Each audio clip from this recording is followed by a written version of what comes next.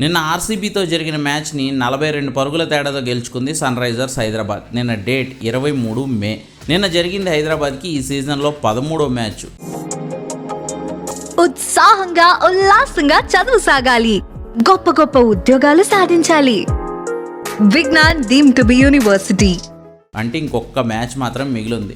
సరిగ్గా ఇదే డేట్న 2 నెలల క్రితం అంటే మార్చి 23న ఈ ఐపీఎల్ సీజన్లో తమ జర్నీని ప్రారంభించింది సన్ రైజర్స్ హైదరాబాద్.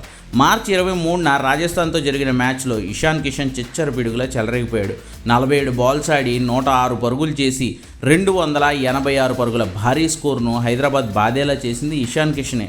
హైదరాబాద్కు ఆడిన మొదటి మ్యాచే సెంచరీ బాది తనను వదులుకున్న ముంబైకి గుణపాఠం చెప్పడంతో పాటు ఆ మ్యాచ్లో ప్రదర్శనకు గాను player of the match award కూడా అందుకున్నాడు ఇషాన్ కిషన్. అయితే ఆ తర్వాత హైదరాబాద్ కథ అడ్డం తిరిగింది. ఫస్ట్ మ్యాచ్లో 286 కొట్టారు. ఈసారి 300 పరుగుల రికార్డు బ్రేక్ చేయడం ఎస్ఆర్హెచ్కి పక్కా అనుకుంటున్న టైంలో వరుస పరాజయాలతో ఆరెంజ్ ఆర్మీ డేలా పడింది.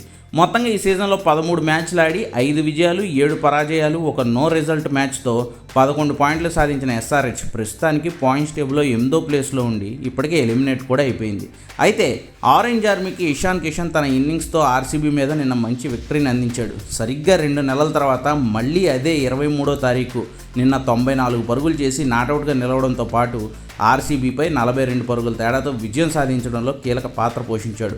సో మళ్ళీ player of the match award Ishan కిషన్కే దక్కింది.